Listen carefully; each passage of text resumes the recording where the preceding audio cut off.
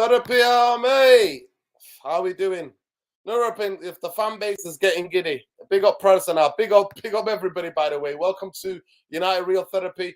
We're going to be asking the hard questions today. We're going to be having the uncomfortable conversation that needs to be had about everything surrounding Man United. But obviously, super happy for all the fans, especially fans that are the younger fans that have not seen Man United win any trophy in the past 6 years. So happy for everybody.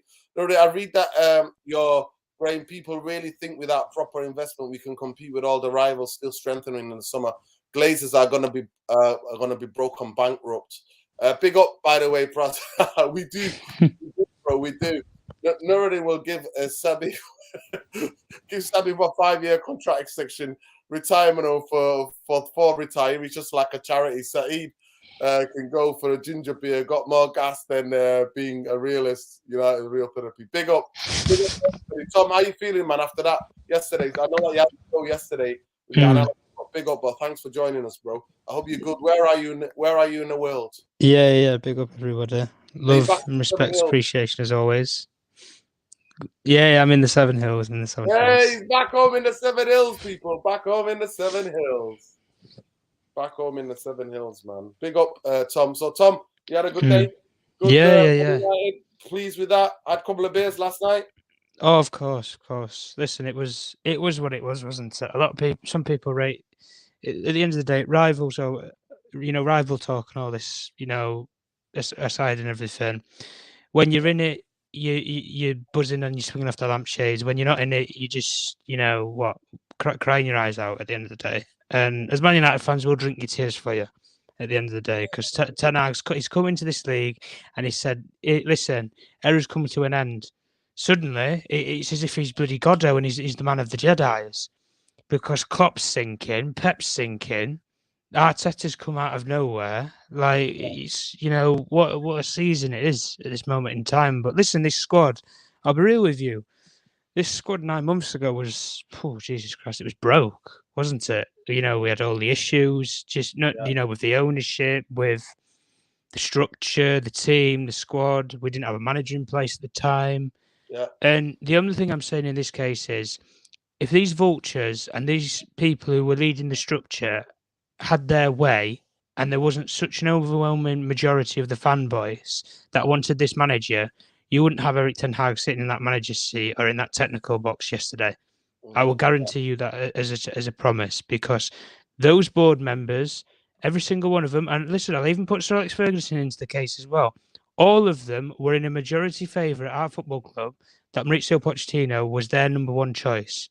That's who they wanted. But they saw that the fan base was more for Erik Tenhag. They went and sent scouts out middle of the season as soon as they sacked Ole Gunnar Solskjaer to go and watch his Ajax team. Yeah. They came back, and then in the summer they did negotiations with both managers, and they thought, we'll offer it to Tenhag. He did the better interview for us. And at the end of the day, it's the same case in point. If Spurs didn't bottle that interview with him, saying he's got no charisma, he's got no passion, no BS. Listen, I saw enough of what I needed to see yesterday at the end of the day. And, what he's done with this squad, and not just with Tenhag, all his coaches, Steve McLaren, he's been through the wars of management himself, coaching. He's been here under the glory era as well.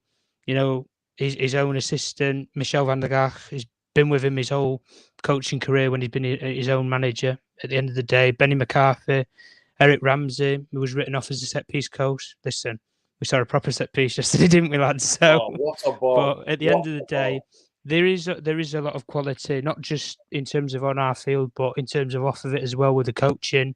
And it's not so much about what coach it is, it's the level of coaching that we're giving these players. And we are giving them the best that we can at this moment in time.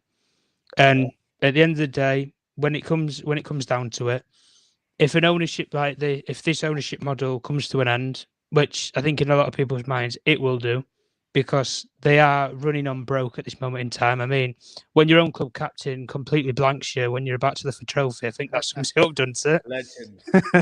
Yeah, big up I think Harry Maguire would a few fans back with that, but no. Yeah. At the end of the day, it was a big performance at the end of the day, and we've always said as a fan base and as a unison that until this squad wins anything, they are bottle jobs, because that mentality has always been there with these players. Yeah. And finally, if you like, that curse has been lifted, and it's been lifted by a manager who's done something, that he said he himself he couldn't even do. I can't perform magic. Well, clearly you can. Well, But definitely he can. Yeah, he can. Miracles, yeah. That's it. Listen, big up Saeed. Saeed, you've been on tour. How are you feeling? First of all, how's the energy levels? I can't lie, man. I'm not. I feel like a zombie today, man. I was doing the washing today. I was just like, I feel like a zombie, man. You know what I mean? I survived Faz's driving as well, man. He's up and down, mate. Is he a good driver? You know, he's a good driver, man, but quick, mate. Andy Tate was like this. Oh, yeah. By the way, you check out the vlog, people. Go check out the Straight Jacket.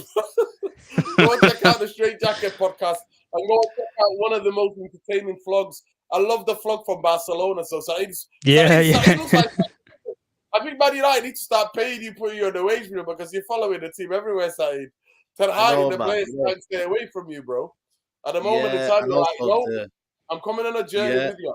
So he's already in the world. But I think the Spanish boys are already looking forward to your visit. You when you speak to them, do you think you're going to win? I think you're going to win. You know what's funny? The Barcelona fans were so arrogant, man. They were like, they was like so dismissive of Man United. They were like, "We're gonna win, man. Don't worry." So it was just kind of funny, man. But you know what, man? You know as well, United they chose some low key hotel as well. You know, because normally they go in the Hilton, innit? But Tenhag chose some low key back end, of the. I don't know if you know the Novotel, but it wasn't. Yeah. Right at the back. But it was like it was so low key, and they were outside some apartments because obviously there's apartments next to it.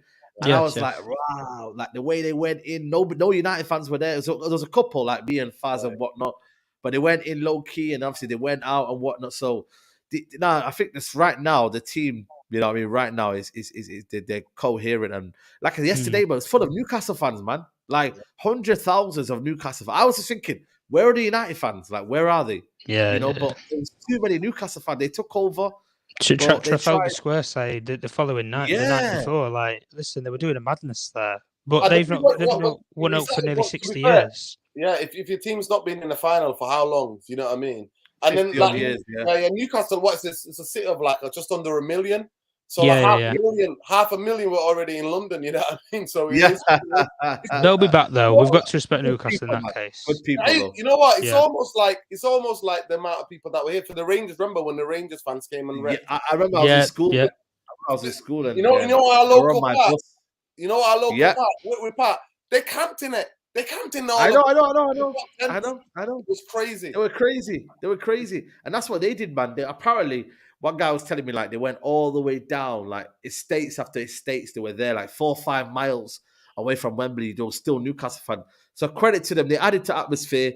You know what I mean? They were there in their numbers, but ultimately we prepared well for that game. We understood what Newcastle were about. Yeah. We gave them the ball on purpose. Like when Tenhag is doing something, there's a method to the plan. He gave them the ball. He realized they're not very potent up front. He realized that they don't create many chances. So let them have them, and then we'll play on the transition like we've always done this season. Play on the transition, and we got the goal through the header. They're actually not great at set pieces. Everyone thinks that they're a tall squad. But if you look at the set pieces, they concede a lot of set pieces, which is kind of crazy. And but that ball, Saeed, Shaw, man. Shaw's done it all season. Listen, we've all taken turns to give him a. You know what I mean? To criticize him because all we do is give opinion. It's not being negative. We just give an opinion about the performance and what we see. But the form that he played with, I thought he was one of our best players yesterday. But the ball he put in, that ball. You can't stop it. He should have got an assist for Martinez against Leicester.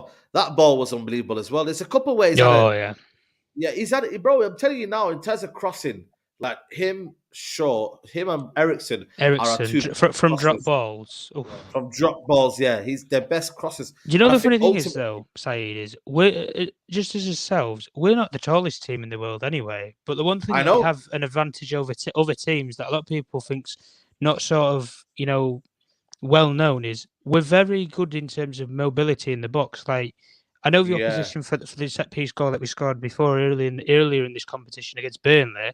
The one where Ericsson slashes the ball across the box and Rashford moves in, completely ditches the defender and smashes it into the top corner. The mobility in terms of the box from the set pieces, I think it's not so much a case of we look at set pieces as you have to have the tallest players in the world. As long as you have people that are mobile, If Martinez gets on the end of a header, he's 5 foot. What I think he's like 5'7", 5'8". Listen, he'll smash one into the top corner. He proved that, earlier in the season when he scored at Arsenal, when he scored from the set piece. So at the end of the day, the position is there. Casemiro's done it a couple of times. He did it against Chelsea, again yesterday in the final. So at the end of the day, intelligent players know what areas to pick up. And at the end of the day, if you know how to defend those sort of crosses, you know how to get on the end of them. That's the difference in terms of psychologically. But Tom, yesterday, what was so great was that defensively, and obviously we get the replays in. I don't know if you watched the game again, but defensively, when they kept putting the balls inside, what we did with every player literally put their man off. Even if, okay, you're bigger than me, you can out-jump me. And Luke Shaw typified that. Their left Dan Burn, the big guy. Dan Burn, literally. Yeah, when they worked that key corner, they worked the key corner, where basically it was like a clever set piece where he played it short to Almiron. This is Trippier. And then Almiron leaves it for him. Then he clipped it in. It was like a beautiful little dink ball. Luke Shaw literally had him body-wise, body checked him, so he couldn't get a clean header. And he couldn't move. That's the thing. Wide. You know what I mean? The ball then went wide. He couldn't move, but he didn't foul him at the end of the day. That's how it was. And when you lock somebody of that height, it doesn't, like I say, it doesn't matter about the height. Even if that was just, I don't know, you had Callum Wilson running operation in that area, he's not going to be able to move his head to tilt to head it toward goal. And that's one of the things that I think, especially in terms of the set piece setup that we use, because we used to use zonal marking, didn't we? Now it's more man-to-man, tight. And it's not a case of, I think anybody, a blind man and his dog could know that Luke Shaw was never going to win a header in the air against Dan Burn. It's just a fact. But if you can ground your feet to the ground, hold your feet to the ground, and manipulate Dan Burn's movement in the air, he's not going to be able to get the header on target. It's either going to go wide or over the bar, and it's not going to cause David De Gea any problems. And if we're being honest, I think defensively and solidified from yesterday, the only chance I really broke a sweat over yesterday was the fact of when Joe Linton made that looping header, and David De Gea sorted it anyway. Yeah, go ahead, Saeed. You know what though? When you look at it though, and by the way, Dan Burns got sent to the shops yesterday, man. I felt for him, man. That Dan Burns, Anthony, mate, absolutely destroyed him. But you know what though? In terms of like the way now we defend for corners now, like we're so much better in the air, and we don't have the like Akoi Weghorst, Varane. Sometimes McTominay when he comes on, but we're just positioning it now. We're so set up well. Like we know what we're doing when we're doing corners. Defensively now, Varane and Martinez have created this partnership where Varane is the one that stays behind, and Fink is the one that's aggressive. Martinez is the one that comes in aggressive. It's almost like him, and I think he needs to work on it. Maybe sooner or later he might get caught out because you can't do that all the time. But right now, the momentum is so with us right now. He could do that and get away with it because now Varane is sweeping up behind him and he's quick. And Luke Shaw's quick, recovery tackles. So, I think for me, and then we got a spine now. Martinez in there as well. Yeah. He's a spine as well. So everything is working in tandem, and everything is, we're just synced now. We've got synergy, man. Facts. People, smash a like on the video, subscribe to the channel if you're not subscribed, hit the notification button. It lets you know when we're next live. Please go and check out the Straight Jacket podcast. We talked about what the trophies that Man United could win, and I'm going to actually come to you with that question, Saeed. Obviously, if the Glazers do stay, and there are murmurings, again, Man United's share price drop. Well, big up Alien Tenno, and big up Khalifa Medina Chiveri United Real Therapy. We're talking about Tenhag, Fergie talking about Tenhag. It's good to see Fergie, man. I always get emotional in it because to see him, you know what I mean? Him still excited, him still having the hunger. And he made the comment as well, if he can get that up about what he said about having goal scorer Rashford and how he's like, we need more players and more people. But big up in terms of Eric Ten Hag platforms, OT 3 cups, mate. That's how it is. And it's so funny to see Phil Jones. I don't know if you saw it, but Phil Jones, it was. Oh man, he looked a bit sad, man. He looked a bit like. You know what? He looked a bit gone. You know what? He looked a bit gone. He looked a bit ill. He didn't look healthy. He looked a bit ill. I know he looks a bit ill. Yeah, I think you know what? Mentally, maybe it's affecting him. Maybe. It was pale as hell on Sky. Listen, maybe we need to stop end the jokes, man. Maybe we don't really know what the hell is going on. But Saeed, I'll come to you and I'll just say. Let's say if the Glazers stay, do you genuinely, in your heart of heart, if the Glazers stay, can Ten Hag still win the big trophy, Saeed? That's the question. Yeah, I think this season, I think you can because it's like, when you finish that transfer window, you know what I mean? Especially in the summer, it was kind of like you kind of then set for the season. Obviously, January, we had the unprecedented moment, Ronaldo situation. We then bought Weghorst in. Everyone raised their eyebrows. I was like, you know what? Let's see what he's about. Like, if Ten Hag trusts him, then we've got to trust him. And he's worked out well. He hasn't got goals, but he's helped the team perform better. He's helped the team, manage and be, kind of the I just think overall we look better with Weghorst up top. So I think that has helped well. Sabitzer coming in, that has helped well as well. The dynamic in midfield. We've got an aggressive midfielder who likes to win tackles, likes to win the ball high up the pitch. So that has worked out as well. But I just think ultimately, that's maybe a long-term question. But in the near point right now, I think he can win trophies. I think he's shown it that he's working a bit of a miracle with the squad because of the way it was last season and the way it is now, getting the best out of certain players. Shaw, Rashford, Bruno, certain players are performing better now. So I just feel like right now, yes, but I get it in the long run, no, because at the end of the day, these guys need to go. Like, nobody is here thinking that these guys need to stay. Like, they need to go. They need to go next season and not start, like, we don't want to hear about them anymore. But at the same time, this season, I think it is winnable. The fixtures that we have and the Europa League, the FA Cup, I think they're winnable. I really, really do. But in the long run, then no, because you know what they're going to do.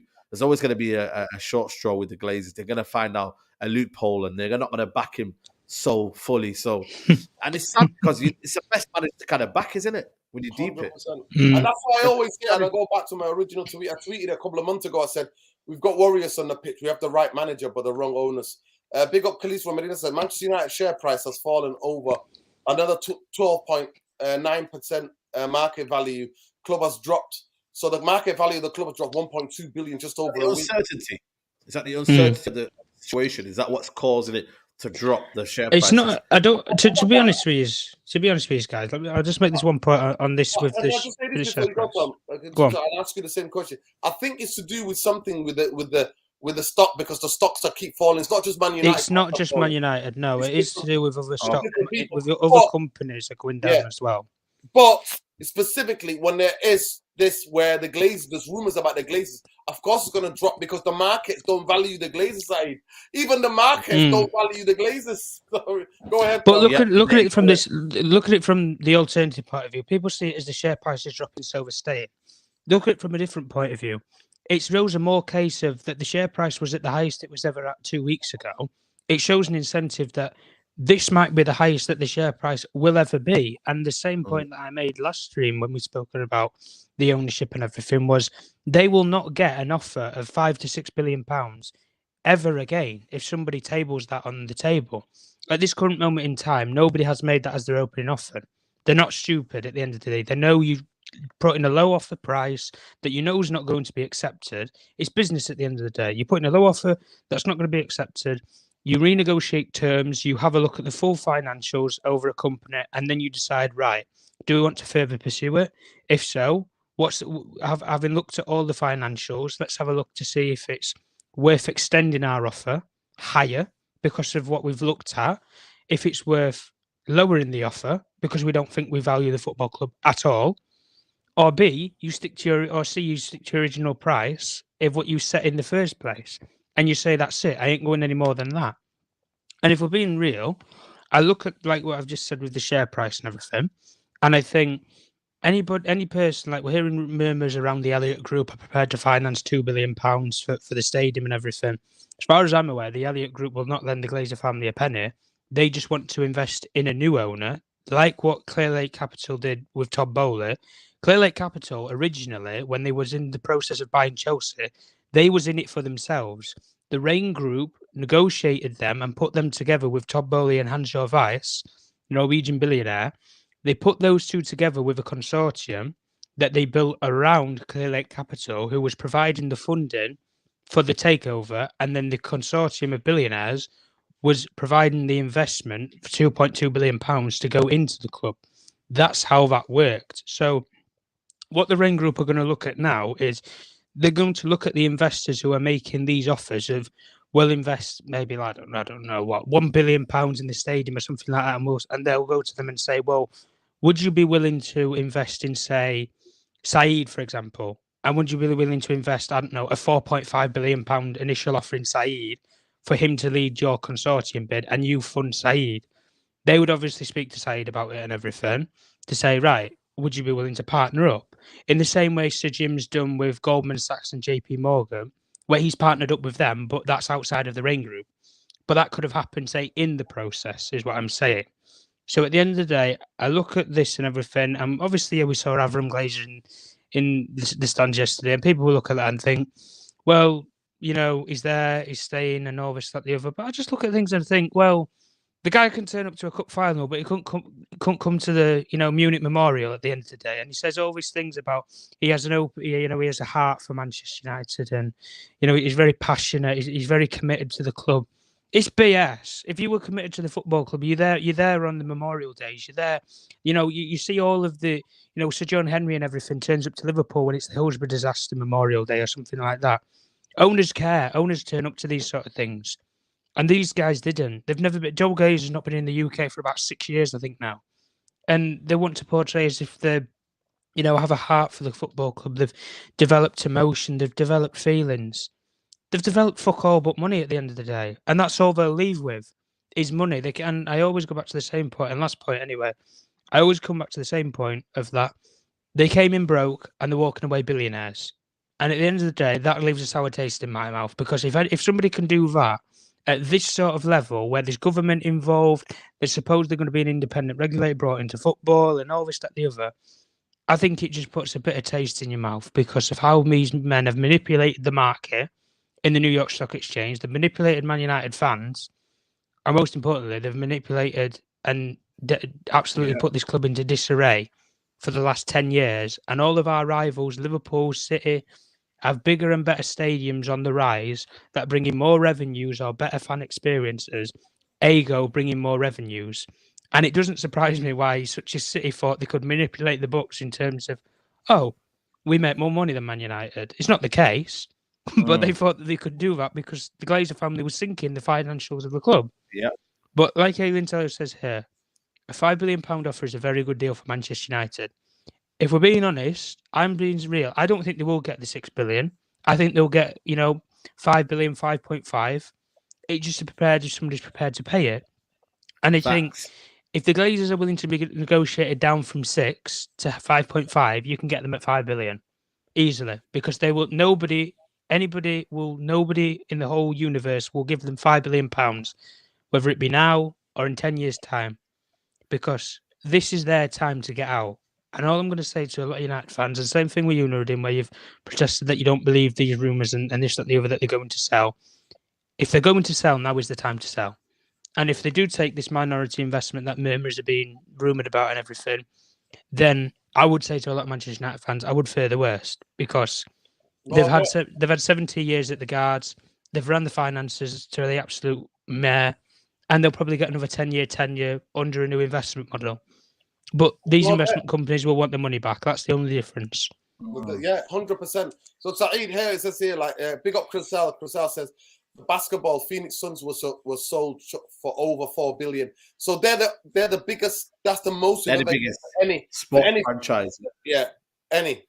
So at the end of the day, because we don't really know 100% what's going on, but the murmurs are there for a reason. You know what I mean? The same murmurs where we were saying, "Oh, Qatar's taking over; it's all done deal and all that." We've got to go with the same way that they could be changing their mind.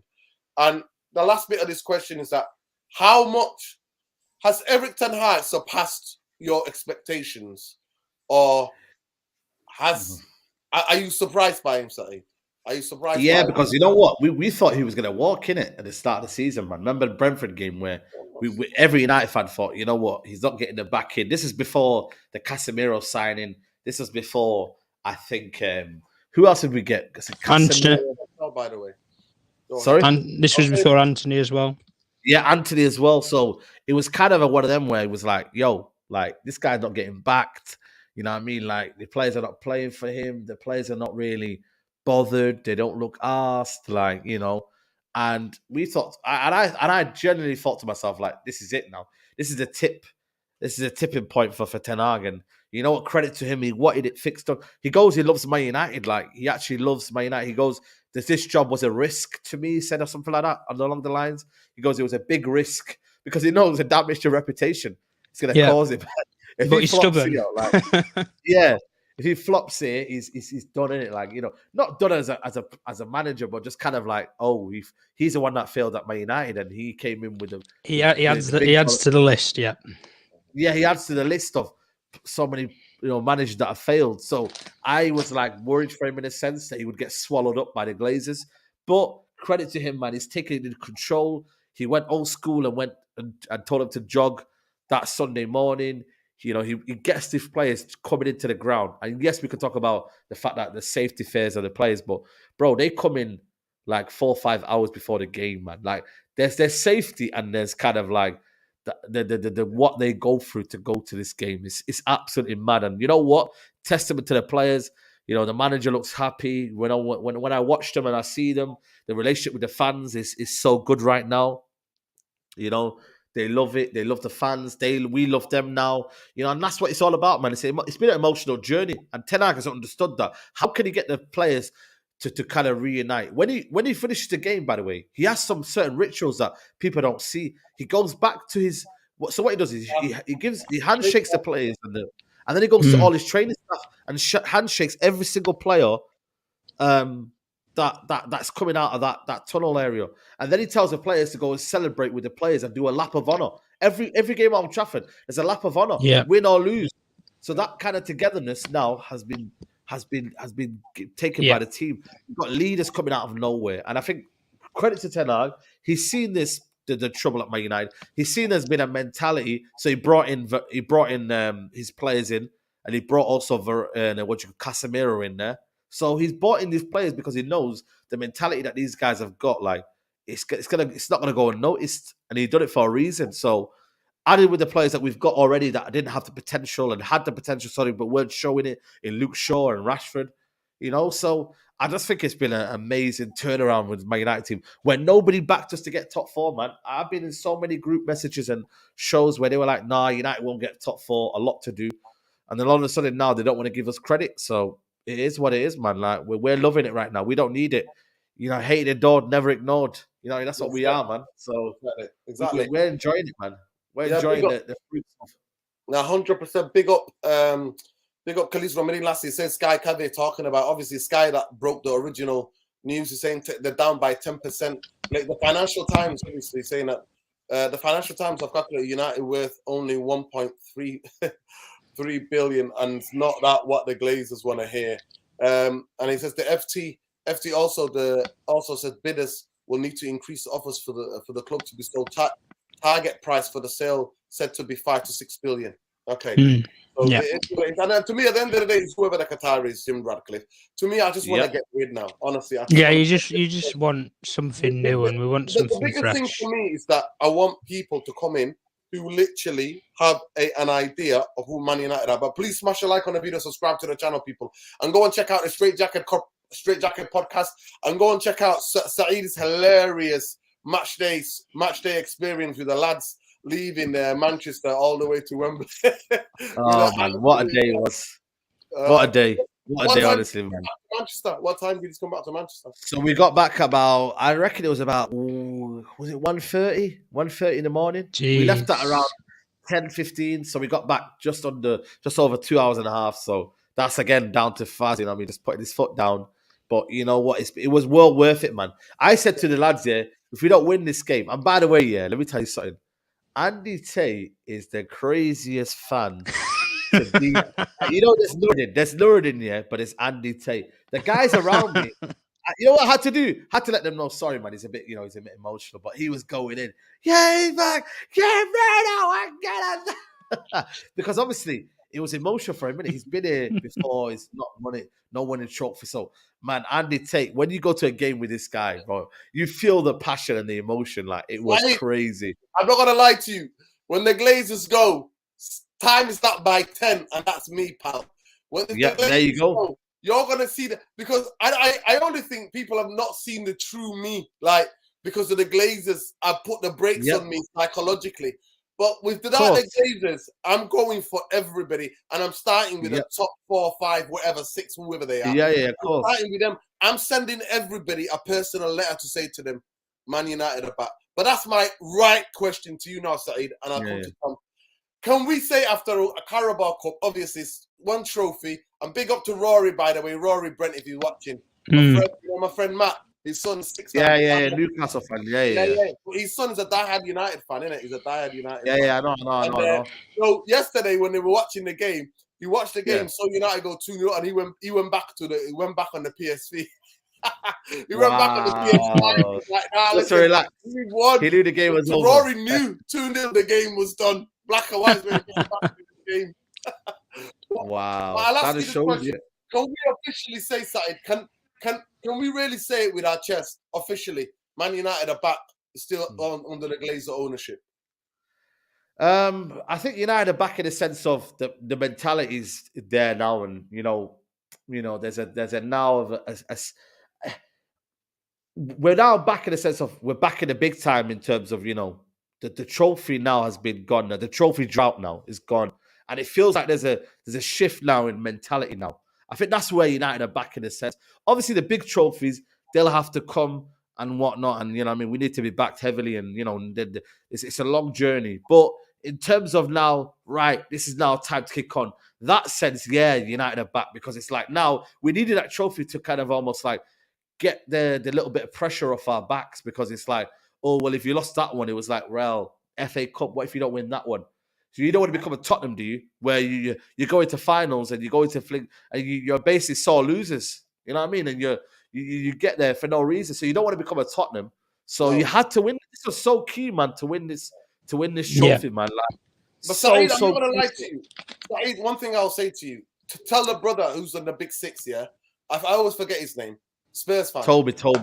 Tell Toby, Man United will never be Spurs because I hate Toby. Even when we were shit in the 80s, we still cropped up trophy after trophy. Yeah. Look, Man United moan after 6 years. We're like, what the hell is going on? It's too far. I'm moaning Man United have not properly challenged for a league title for a decade. We've not gone to a semi-final of the Champions League. We've only won, I think, one game in the knockouts in the Champions League for almost over a decade.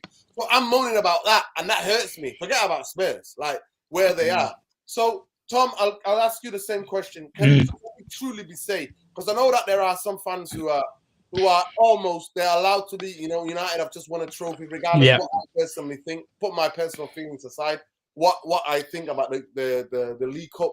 But can we fully say that we're back with our chest, really, to say that Man United are back with their chest to be? Because for me, I promise you now, it's over.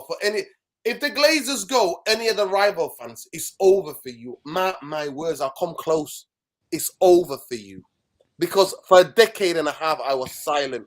I'm almost kind of gagged. That's why, Saeed, you never hear me talking about any of the football clubs, really. Hardly ever. I give it City now and again. I give it them. I give it Steve. Hold tight, Steve.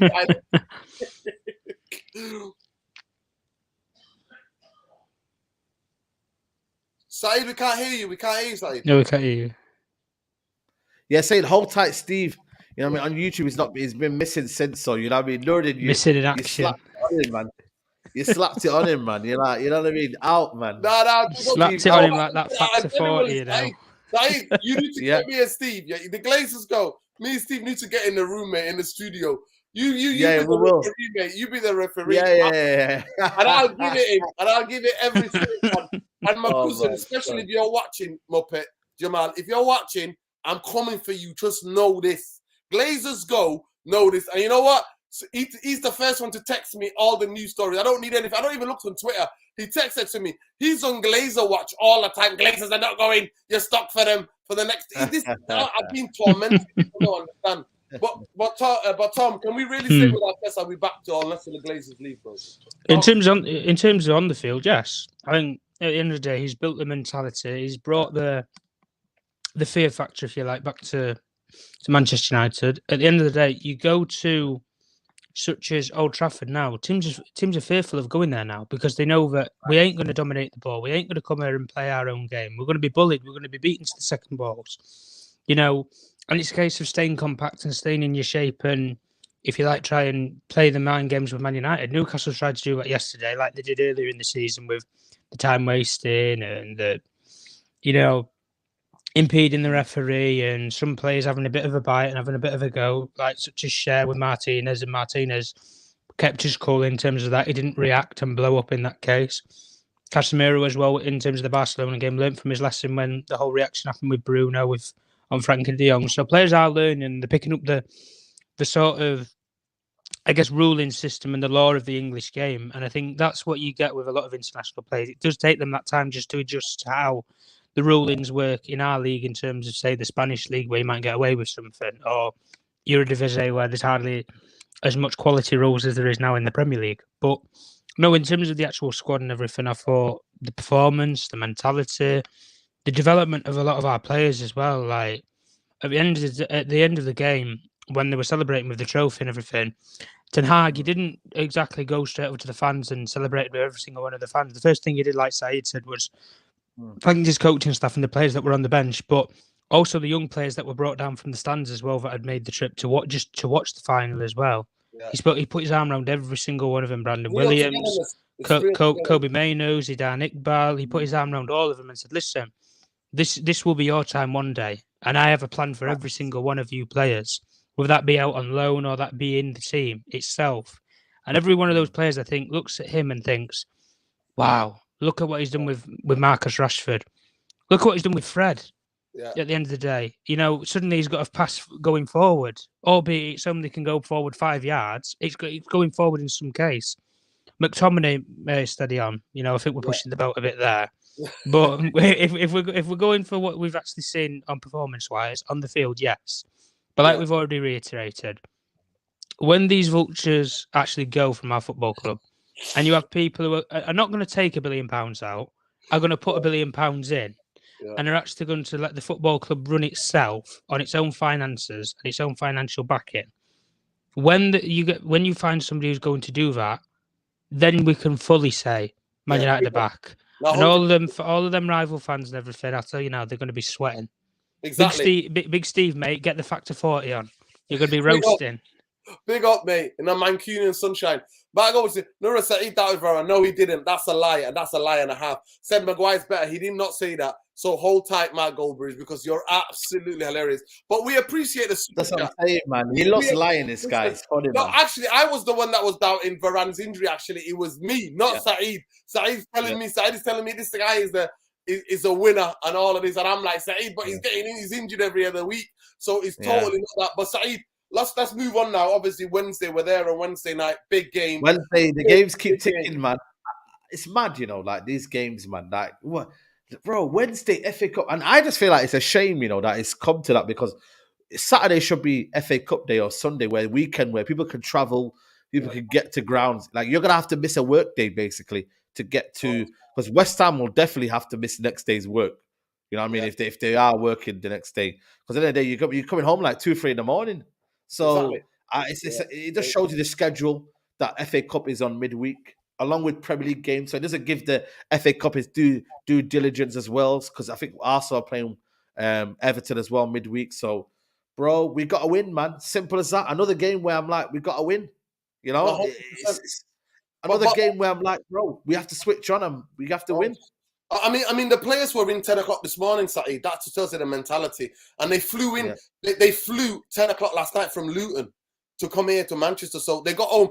I saw, I think it was an IG post by Alessandro Garnacho saying good night. And it's like nearly like 1 o'clock, you know what I mean, in the morning. It's mad. Yeah.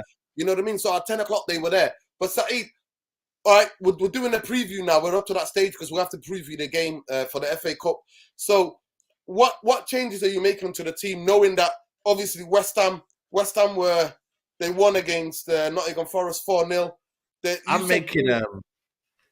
I'm making some changes, I really, really am. I know, listen, we want to keep the same team, but that was a lot of emotional, kind of fatigue on yesterday. So I'm making some changes, and I think, what?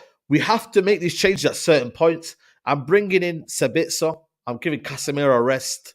I'm bringing in.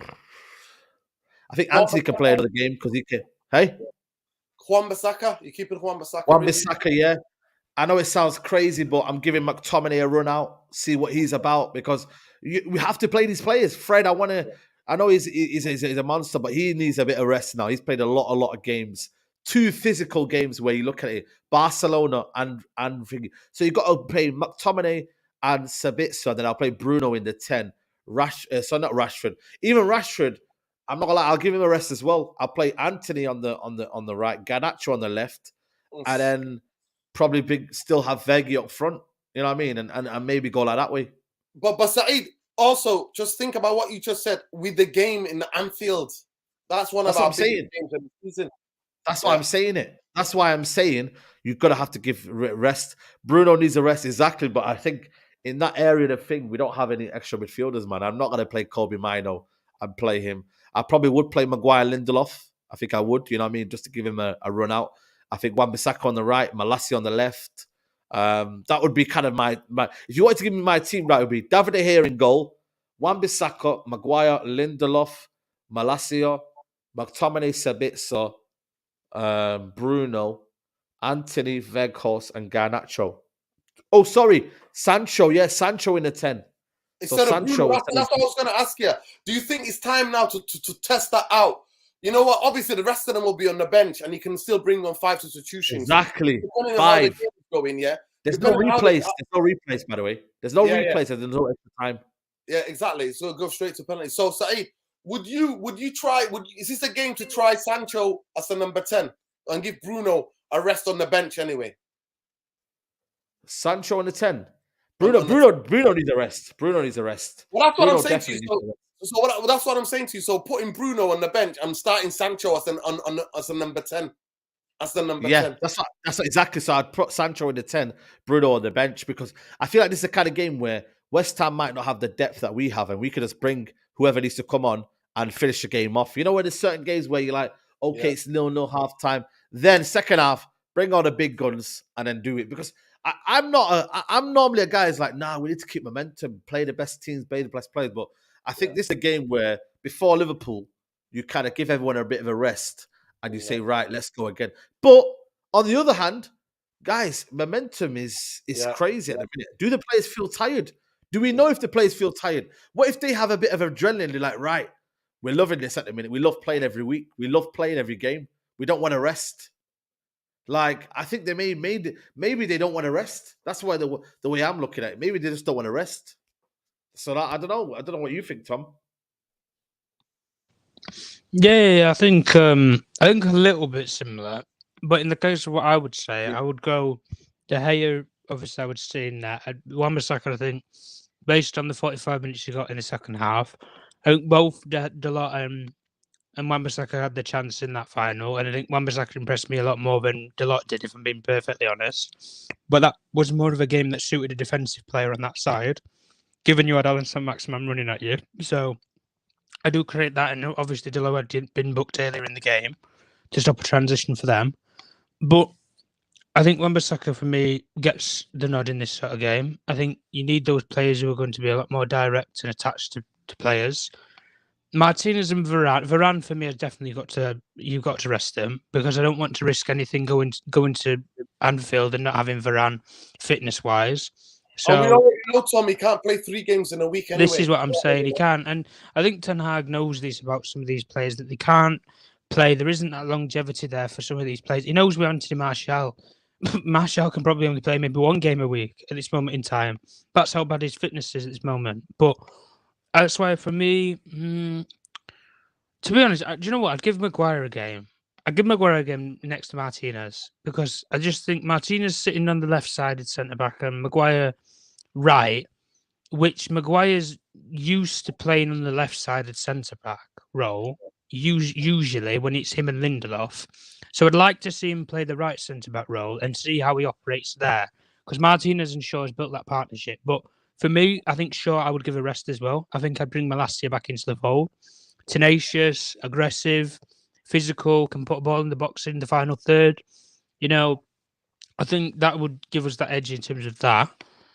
Midfield, Sabitzer, McTominay, I'd agree with Saeed. I think as 2 holding players, I think that's good enough at this moment in time. Bruno, I don't know. This is the problem because Bruno, I think, poor in the second no, half. you know what? I think he's one of those players though who he's fatigued. Tom, I'm not going to lie to you. I study the players. Yeah. Saeed will tell you, when I go to the games, I study the players. Bruno and Rashford are fatigued, Saeed. You can tell when you're fatigued. You want your body to do certain things. It can't fully do it. It can't fully do it. I'll be honest with you though. I think he's one of these players though who, regardless of if he's tired or not, I just think he loves and he lives off adrenaline and he just wants to play every single game. That's the only thing I'm saying. And I think with the sort of form that he's in, he can use the game to sort of sharpen his tools. And at the end of the day, I don't know, we're 2-0 up, 3-0 cruising or something. At 60 minutes, bring him off and stick Sancho on at number 10. And, test it out, trial it. At the end of the day, when we know the ties secured everything. Front three, Rashford, you're taking him off the bench because I'm not having another risk like we did with Barcelona where we were shitting ourselves if we were going to play the final or not. So I don't want to risk that in any case. For me, I would personally play. I think I'd get Sancho to have 90 minutes, so I'd play him out wide left. Weghorst has got to play centre forward because we know we don't have anybody else. And right wing, Elanga front. Elanga false 9, eh? Elanga false 9. Right wing, do you know something? I'd love Palestri to get a chance. I really would love him to get a chance and get a go. Because I think how he can put balls in the box, and I think especially him as well, from what I know anyway, from in and around the training ground, he is a good set piece taker also. And like we said, if Shaw's not going to play because of Malacia, if you're not going to stick Bruno in there, he's probably not going to take a set piece then. Suddenly, you're struggling with who's actually going to take a set piece. I do look at that and I think, well, if that's the case, I'd stick a player like Palestri just for the sake of that, somebody who can whip the ball in the box. But also, the thing I like about Palestri is he takes the ball straight to the byline and he can take a player on and still get the ball in. Yeah. Whereas look at a player like Anthony and I think he tries to do his trickery and everything and then he'll play the simple pass, which that is his game, unfortunately. He isn't a player who's going to run at people. He's not direct like a Garnacho. It's very important the way we play. But he is important. That's the thing. But this is why I'm saying though. Just final point anyway, Nuruddin. That's why, because obviously with him recently as well, with the injuries and the fitness and the muscular issues, I think if you can rest these players and give them, say, the night off, then I think that's better for us because you're not running the risk of, I need to bring them on or I need to play them. Same thing with Varane. If you need to use Varane to show the game out 2-1 or something with 20 minutes to go, then you do it at the end of the day and you run the risk. But I'd rather play. I don't know what happened to Tom there. Glazers took him. The Glazers have got him. They've got him. Let me give you some that can get some minutes under their belt and rest. Yeah. You keep going in and out, Tom. You keep going in and out. Yeah, go on. You could say what you were going to say. Go on. Yeah, big up. I just want to give quickly team views, right? So Vladimir Kufal, obviously he got injured. Heel. Lubos Fabianski, Isaac. They were both forced off against the win against Forest. Yeah. And a pair are unlikely to feature. So a pair of them are unlikely to feature on Wednesday. Man. Yeah, so most likely Ben Johnson will come in for Kufal. And Emerson Palmieri or Cresswell will come back in. Alfonso Areola is expected to start in goal for them. Where's your boy Skamaka? Your guy that you rated there so highly. Yeah, he's the worst team. I swear to God, it's the worst team we could have gone to. They don't create jack off for their strikers. But let me get this. But check this out. Hamas striker Ings is eligible as he's already represented Villa in this season's FA Cup. So either my boy Skamaka or who? So basically Ings is out. Ings is out of the game. Oh, Ings, yeah. Oh, yes. That's another one. Yeah. Ings is out. So it could be my boy Skamaka or Gerard Bowen and Cyberima who could play. So that or what the other one, the big guy, what's his name? The big man up front. I forgot. Mikel Antonio. Antonio, yeah. He's available, isn't he? He will be. I think he might be available. But for me, my possible team could be Wan-Bissaka, Lindelof, Maguire, I don't know about Maguire, but I think Martinez. I want to keep Martinez in the team. Casemiro. Casemiro served 3-match ban game, so even though it was in a week, he's had a week's rest. He's had more than Mo with him. So I'll keep Casemiro. Sabitzer, Sancho, I would play me personally, and I would start Rashford and Anthony. So when I would start Rashford, I will play Anthony and then Sancho as well, then Workhorse and bring on Garnacho. That's what you changed my mind. I dropped McTominay. I'd play Casemiro then because Casemiro's had a free games off. So you're right, Nuruddin.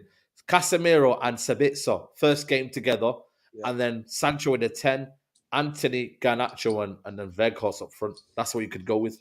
Yeah. So you're right. Yeah. 100%. But go ahead, Tom. Who's your team? Quickly. Yeah, I'd go De Gea, Malacia, Maguire, Martinez, and Wan-Bissaka. I'd still stick to the same thing. I'd try and give Casemiro the night off, and like you say, if you need to bring him on, you need to bring him on, don't you, at the end of the day? McTominay's a bit, do you know what, said it? I'll play Bruno as 10. I'd give Sancho wide left role. Who did I say right wing now? Palestra, that's who I said, didn't I? And then Weghorst I'd play through the middle. Okay. Obviously, the FA Cup is vital for me. I'll be there on Wednesday. Saeed, what do you reckon? What do you think the score is? I think he might start with a strong team and then if we get a couple of goals up, then take them off. I think that. But me and you know what David Moyes is going to do. We've been there more than anybody else in the stadium. When he comes to Old Trafford, he puts the brakes on. So it's going to be one of those games where we might have to break them down. I prefer it if they're full of confidence, they're gassed up, they come and try to attack us. Because we know we're going to get the space to get in behind them. But you know what they're going to do. So first goal is vital for me. What do you reckon, Saeed? What do you think? What do you reckon in terms of the game? I think for me, it's going to be a tough game, I think they've turned a little bit of a mini corner. I'm not taking them lightly. I think it's a game where if we take the foot off the gas, we're going to get caught out and it could be a shock. Like we had the highs of the highs and you come back to the lows. It could be one of them games where a little bit of a reality check of, why do you keep the mentality here? But that's where Tenhag comes in. He keeps stressing it. Like, we enjoy today, but tomorrow we're thinking about the next game. Like, that's what the manager does. Like, and that's installed by the manager. So I love it, the fact that the manager's come in there and give it his opinion. And he said, you know what, we enjoy it for now, but we go to the next game. So that focus is there for the manager. I think it will be there from the players. I think we're underestimating now the players' mentality now. They want to win every game. They want to make sure they reach. Bro, you win this game, you got one more quarterfinals, and then you're in Wembley. I know it's not the Wembley in terms of the final, but you're at Wembley semi-final, and that's massive. But you're getting closer to a final. That's the thing. But they're getting close to a final. So I just feel like for me, it's a very, very significant moment for the players. Like, win the next 2 games and you're in a semi-final and you're close to the final. So that there is huge. So I think they'll not underestimate that. And I think it's one of them where West Ham will bring their qualities. But another home game, man. We've been very, very fortunate. Everton, Reading. Was there one before that? I don't know. But like every single game we've had at home, this is another game at home. Like, we've been blessed. I can't lie to you. Charlton, Villa, it's been... People are getting sick of it. They're getting sick of United always being on. People are like, I can't... See, we're on it every week. United are back on. Saeed, there's no traffic. Listen, they've got 20 fans. We've got 75,000 coming every night. Every night, every 3 days coming to OT. That part of Manchester's locked off. When City play, people drive around normal. They're just driving around. They go to the local Asda. They go to Asda to see Andy Tate and that. It's all good. It's all good. Honestly, some of my neighbours are going. They keep asking me, United playing again? Bloody hell! That is honestly because of the traffic, and I'm always telling them 1 hour before the game, 1.5 hours before the game, or 1.5 hours after the game. They're like, thanks. I'm like, that's the time where you get traffic. It's like, don't worry, man. Just go down Mankido way. You'll be fine. You know what I mean? Like, go down to Anfield. Listen, big up Wasim. Wasim's asking the question. Saeed wants to go for everything. I'm not putting words in him. I want to go for the Premier League. I don't believe we're going to win it. I think it's one step too far. I think right now it's not achievable right now because of the fact that if Arsenal win on Wednesday, they're 8 points clear, man.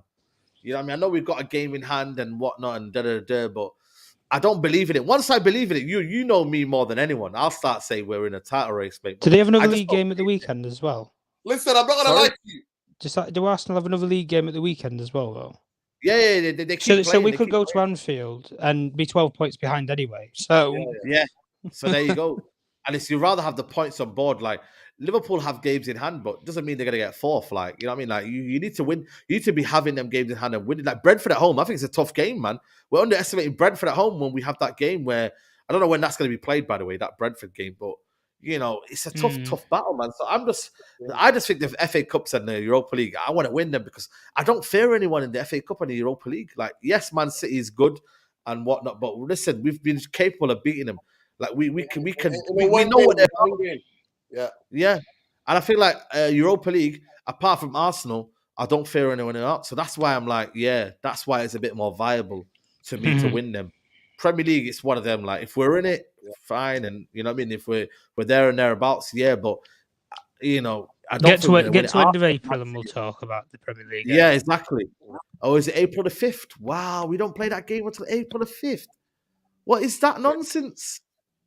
It's crazy. So you don't play that game in hand. You got to go to Brighton as well, Sam. You still got to go to Brighton as well. Right now, still got to go to Brighton, and then you've obviously got Europa League if you go through. Brighton away. You know what I mean? You got Europa League ties to fixture through if you get past Real Betis as well. We got and then obviously an FA Cup game if you get through against West Ham. So they're going to have to rearrange some more fixtures as well if we keep going in these tournaments. That game in hand, but the only problem is the FA. They'll dump a game. They'll dump these games. I'd be surprised if Brentford's been set for April the 5th. I think, if I'm not mistaken, that's a weekend game. As far as I'm aware, or it might be a midweek game. A weekend game? I don't know. It might be a midweek game, but I'd be shocked if the Brighton. No, it's Wednesday. I'd be shocked again if the Brighton game doesn't get turned to a Wednesday game again. To be honest with you, because they're going to have to try and fit these in midweek, and they're going to have to fit it in over a period of when, because after this tie with Real Betis, then it's a European game every single week, whether it's first leg or second leg. So they're going to have to find a way to do it, or they're just going to have to extend our games toward the end of the season. But they'll have to. I don't know. They're going to have to make us the last game on the FA Cup every round or something. I don't know. And we're going to be pulling the draw out at Old Trafford. But yeah. Sorry to cut you off there, Tom. By the way, the game tomorrow on Wednesday, guys, is 7:45 kickoff. Nuruddin. So don't. I'm there. Trust me, I'm there early, bro. I'm there. Yeah, because I was saying, a lot of people think it's 8:00. I just looked at it now. United sent me a message. It's thingy. And by the way, man, big up to everybody here, man. But big up Andy, man. They moved Andy now from the East Stand, man. I don't know if you noticed, but the corporates now have taken over the East Stand. So they take the piss, man. Like, luckily, I'm the last seat. I'm the last seat in the corporate stand. That's not been taken. But Andy, they just told him, like, yo, listen, you're moving. So he's trying to fix it up right now. But they've told him, like, the date when people are meant to be, sorting out their season ticket. Yeah. That's when you're going to be given a seat, but you don't want to be there. He's been there all the time. So United again, that's what they're doing now. The execs, they have priority. I don't know how and why they're going to be involved in the East Stand. Like, I mean, just keep the normal fans there. But, keep the legacy. Like, it's basically legacy fans like Andy, isn't it? They don't care, man. Weekend. They don't care, Said, and that's the thing. And this is why a new ownership will come in and think, right, well, if we're going to put the fans at the heart of it all, we'll rearrange those sort of things and we'll reimburse the fans who haven't had the luxury of, choosing what seat they want or having their, if you like, legacy seat back, because that's what it should be called. I mean, Jesus Christ, the owners have a seat in the stadium named after them. It's always cold every single game because they're never here. And at the end of the day, there's no executives that I can think of that need to be at the game other than probably your director of football, who by all means wasn't even at the game yesterday, in John Murto at the cup final for whatever reason. I didn't see Andy O'Boyle there, who's one of Murto's boys. I didn't see this new appointment that was there. I've not seen any of them sort of recruitment staff there. It was all I saw in the case was I saw Richard Arnold, I saw Fergie, I saw David Gill, Avram, and his financial liaison. That's all I saw at the game anyway. And when it actually come down to it in the game, what did we see on the basis of it? They used the There you whole go. thing with the PR stunt, and there was a guy. What's his name? Jan Fjortov on Twitter. Go and watch his little clip of his video that he shared around. There was a guy who he pops his head out. Honestly, I thought it was Mike Cleveland at first. He pops his head out into the shot where Jan's taking a video, just like Sky did, where Fergie and everybody's waiting for Tenhag in the tunnel. And he told all the journalists to get out of the way of the shot, just as they were going to embrace with Tenhag. But it was after, when Fergie had actually embraced Tenhag and he went to Avram Glazer, that he says that. And I'm thinking, oh, so we already know that it's all publicity and PR stunts. Of course. Because they have watchmen that are just sat there and telling journalists, "Oh, get out of the way of the shot. We've got to make sure that in front of they see Fergie ownership." as well. Yeah. Sat right next to Fergie. Exactly. And that's what it was. Listen, we're going to end it there. We sang the song. We sang the song, though. We sang the song. I know you did. And Sky turned it down, Saeed. Did you see the banners as well, guys? Saeed, the banners that got taken off of the fans as well. Yeah, the banners. Mate, there was a couple of banners in my end as well that got there were a couple of people that went in with the green and gold ones, and they tried to. I think as soon as they got it out of the band, the security man, they were straight on them, straight away. No, you can't bring these in here. We've been given authorization to take them off of you, and I'm thinking, authorization by whom? You're at Wembley, not Old Trafford. Listen, I'm going to ask you, Saeed. Let the people know, Saeed TV, all across social media. Go and check out. Let the people know what they can check out, the content that's coming on the channel. Yeah, man. Big up to everybody who's locked in, man. Just follow Saeed TV. I got loads of content, you know what I mean, and whatnot. And yeah, man, I appreciate the support on the community, man. Make sure you like the video. And yeah, man, only 55 likes, guys. Come on, man. It just literally takes a second. Like the video. That's all it does. You know what I mean? In any moment, we had nearly 200 people here. But let's check this out. Little bit of breaking news. Chelsea owners continue to back Potter. There is now a growing feeling that next 2 games will make or break him. It's not just the owner's faith; it's being tested either. Yep. What's going on here? Yeah, listen. And that's the video. That's the photo that Killer sent me just now, man. That video of the. Oh yeah, with Avram and the actual banner. I posted it. Actually, my friend sent it to me. It was in the crowd yesterday. He sent it to me, and I posted it. And then I posted a video of those absolute muppets, Jobsworth, taking the banner of the United fans. I'm like, it hasn't got any swear words in it. It's not threatening or violent. All it says is Glazers out. How is that a banner that needs to be banned in the stadium, Saeed? How was that? Yeah, there you go. Like exactly like you when you went on that trip. I'm sure you went on a trip and you saw it where the taking of they were not allowing the fans in with the thing, and I'm like, it's not got no swear words. Yeah. It's not threatening anybody's life.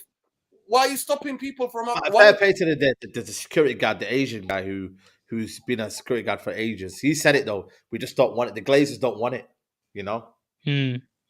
So. Yeah. Listen, make sure, please, you go and check out Saeed TV. Make sure you check out Some Journalist One on Twitter as well. Always there, informative. Big up to every one of you. Genuinely, I think some of you don't like liking the video, but like the video for the cup win. Like it for Eric Tenhag.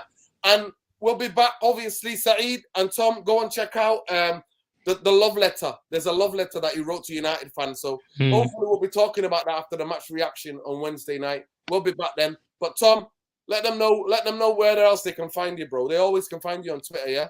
Yeah, that's the only place that I'm on. I'm not on any other socials or anything. I don't delve in those sort of markets. Twitter at Tom Journalist One. Listen, people, like the video, subscribe to United Real Therapy. We're all part of a community, unity and solidarity. We're obviously all the things that happen in the world, not just things that Manchester United. We cover all bases of football, sport, anything that goes in the world we talk about. So listen, show the love, show the respect, and give Nuruddin a subscribe because he deserves it. Yeah, big up to everybody. Listen, it's our community. We're all in this together. Big up. By the way, people, we always saying it, win, lose, or draw, Glazers out, Bankers out. I don't think I can fully say Man United are back with their chest. Tenhag has given us the feeling that Man United are back. The players are performing incredibly. But Manchester United not back until the Glazers go, people. The day the Glazers go, you've never seen anybody giddy. So pray and wish for the Glazers to go because you're going to see me at my fullest, giddiest. I'm telling you, I'm going to be at my giddiest than you've ever seen me. So smash a like on the video, subscribe to the channel, and please hit the notification because it can let you know when we're next live, people. Win, lose, draw, Glazers out, bankers out. Peace, love, light. Take care, people.